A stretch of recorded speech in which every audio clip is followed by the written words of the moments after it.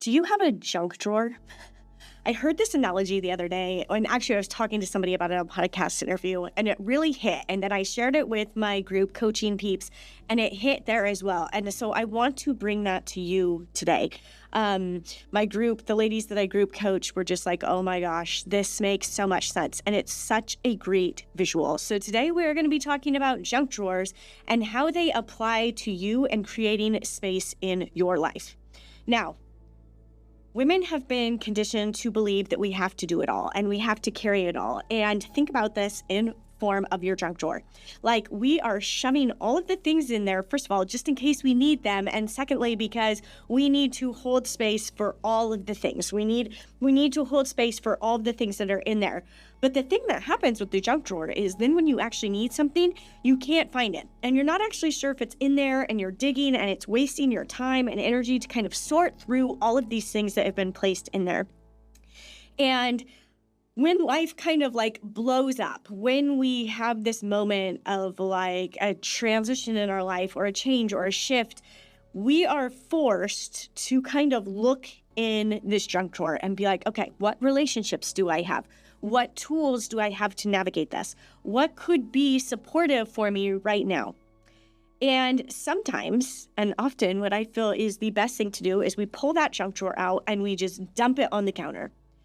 And we're tempted to not do this because when we dump it on the counter, it really shows how much we've allowed to accumulate in this junk drawer. And somebody's going to see it. Like, what if I don't get this cleared off before my friend comes over, or before X, Y, and Z happens, or whatever? And so we want to hurry and fill this drawer back up instead of, first of all, allowing the mess that we're in to be seen, which is so powerful. It is so powerful to be like, hey, I kind of created this mess. I'm navigating through it. I'm trying to clear things out. And here it is. Because then it releases the power over us. Once we have that out there and it's just seen and people are like, oh yeah, there's all the junk in the junk drawer, then we have an opportunity to just own it. To say, yeah, I mean, do you have some junk in your junk drawer? Do you have some things that you've kind of been like stashing in there? And people are like, oh yeah, I totally relate to this. But I'll be damned if I'm going to put it out on the counter. It's staying in that drawer. But then they see yours out on the counter and they're like, well, maybe I could. Maybe I could put mine out on the counter too. Maybe I could allow this to be seen. So first and foremost, that's what happens when you allow your story to be seen. And it's not everybody that needs to see your story. I mean, I would put my whole junk drawer on the internet any day of the week, but that's me. Most people aren't comfortable with that, and that is totally fine and beautiful and okay. You might be feeling safe with like your mom or your dad or your sister or your best friend to see it. Or maybe none of those people. Maybe it needs to be more distant. Maybe your kids or like, different people. Like, there are different people that you are okay with them seeing your shit. Do you get what I'm saying? Okay, good. So you've got this stuff out there and you have this empty drawer, and we are tempted to immediately start filling it up after we go through some big life change, after we have this big shift in our lives. And I am going to encourage you to leave it empty for a while, to let this stuff kind of like air out and have some space, and for you to think about these different things that go in your junk drawer. And it is insanely uncomfortable because, and I'm going to take this back to the analogy here of us as women, we have been conditioned to believe that empty space in our lives isn't good. It's not safe. We don't have a purpose if there's empty space. We aren't accomplishing anything. We aren't worthy. We aren't like whatever story is in your head. I need to be serving. I need to be going. I need to be doing things for other people. I can't just sit here and allow myself this space to breathe without anything in it.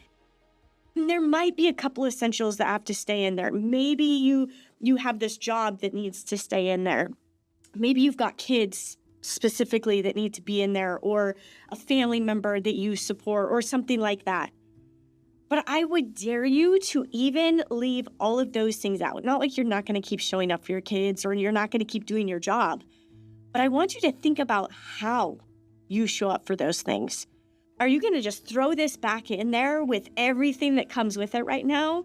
Or are you going to say, okay, I love my kids so much. And also, I don't want to go to their classrooms anymore and volunteer. I hate that. So I'm going to leave that thing over here. My kids are always here. But maybe I'm going to shift how I make dinners because it just feels so overwhelming. Or maybe when I bring them, when they're in here, I'm going to ask for more help from them with doing dishes or cleanup or even them making dinner a couple times a week or whatever it is, okay? So maybe we're going to put this thing back in the drawer differently, a little more organized, a little clearer. I can see the boundaries around it. I can set some guidelines. I'm going to bring it back with more understanding and more harmony and space than it had before. All right? Same with your job. You think about putting it back in the drawer and it's like, do I love this job? Do I really want and need this job right now? Now, when I got divorced, I had been a stay-at-home mom for 2 years. We lived in Belize right before our daughter was born, and there weren't jobs for me in Belize. And so I wasn't working for about 3 years before, a year and a half before I had my daughter. And so I had been unemployed for a while. And when I got divorced, I was like, okay, this is the time that I get the job. I do this single parent thing. I'm a single mom. I am strong. I am confident. I am going to throw this job in here. I had a college degree. I was very capable. Then I started applying for jobs and I got offered some really great jobs. And I just had the hesitation. If you've heard me talk about the hesitation, this was the hesitation. I was like, I am not wanting to do this right now.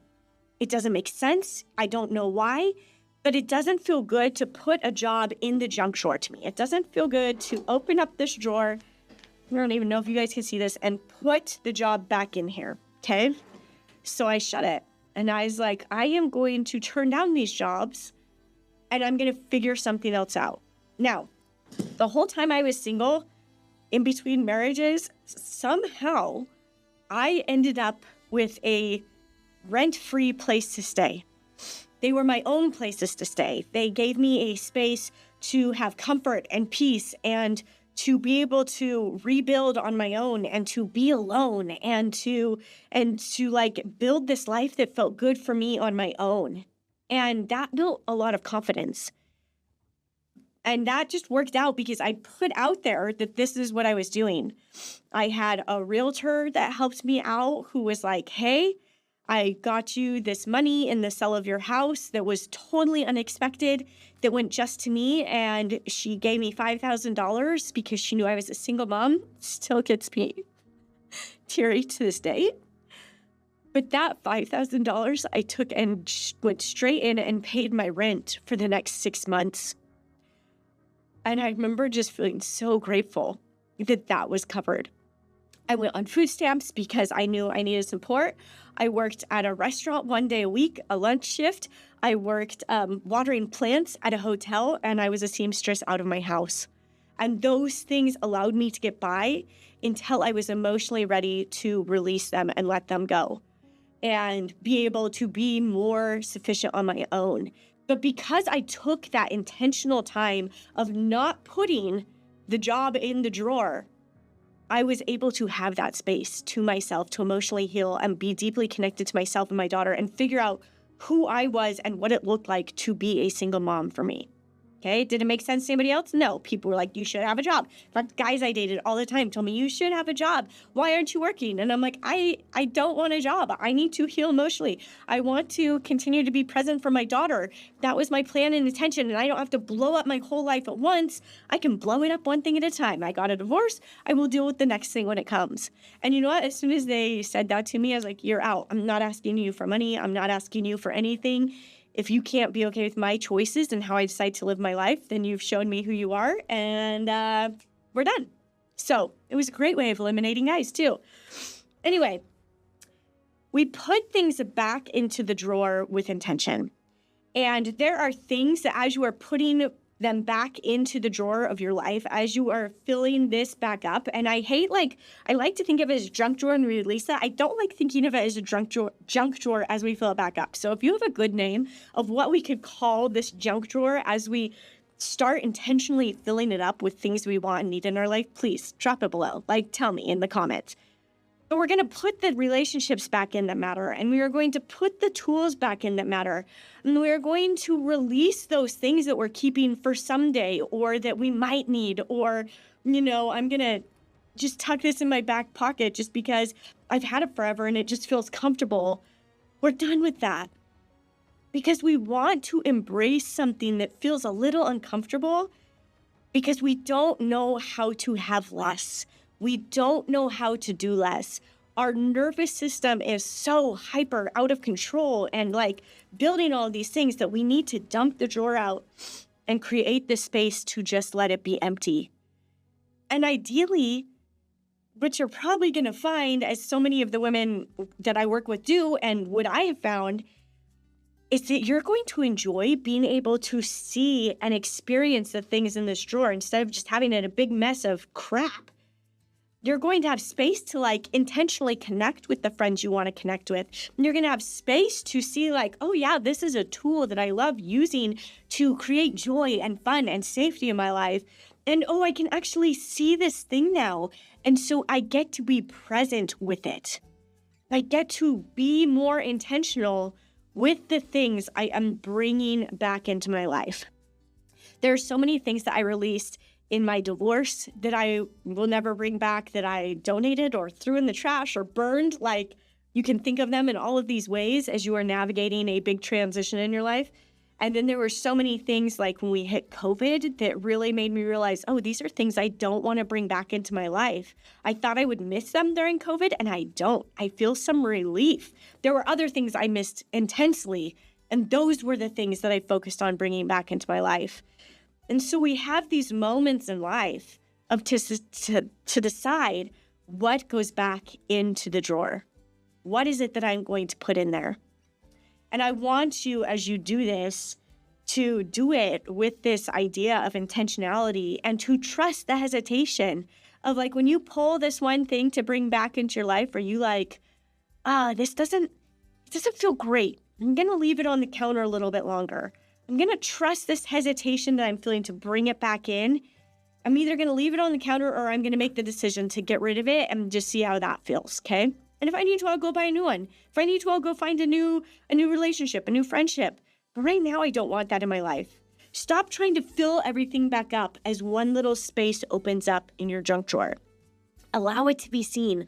Allow yourself to have more space within that, okay? And if you were wondering about how do I trust that hesitation, Jessica? What does that look like? I have two things that I want you to do.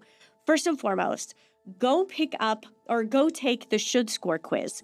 It's less than 3 minutes. It's like those quizzes you used to take in a magazine. And it will tell you where in your life you're kind of allowing this obligation and clutter into your life. And it's also going to tell you how much or how full your junk drawer is. It's not going to use those words, but it's going to tell you how much should you're sitting in, how much should you are carrying. So go take that. You can go to heyjessicafrew.com/quiz to take that. And the link is down below as well.